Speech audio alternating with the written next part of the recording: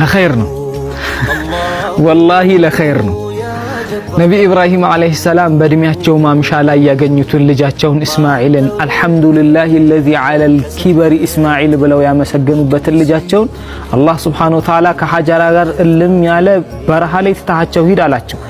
እኛ ስንመለከተው መጥፎ ነገር ነው ይመስለን። አላህ ሐጀራን ሰፍዋና መርዋን 7 ጊዜ አመላለሳት። መጥፎ ነገር ነው ይመስለን። ነገር ግን በዛች ክስተት አላህ ዘምዘምን አፈለቀ። እስከ የውመል ቂያማ ድረስ ሙእሚኖች ይጎነጩታል። እንደገና በዛም አላበቃም፣ ልጃቸውን እረዳላቸው አላህ። አሁንም ስናየው በጣም መጥፎ ነገር ነው ይመስለን። ሊያርዱት አጋደሙት ነቢ ኢብራሂም ልጃቸው እስማኤልን። አላህ ሙክት በጋ ወረደላቸው።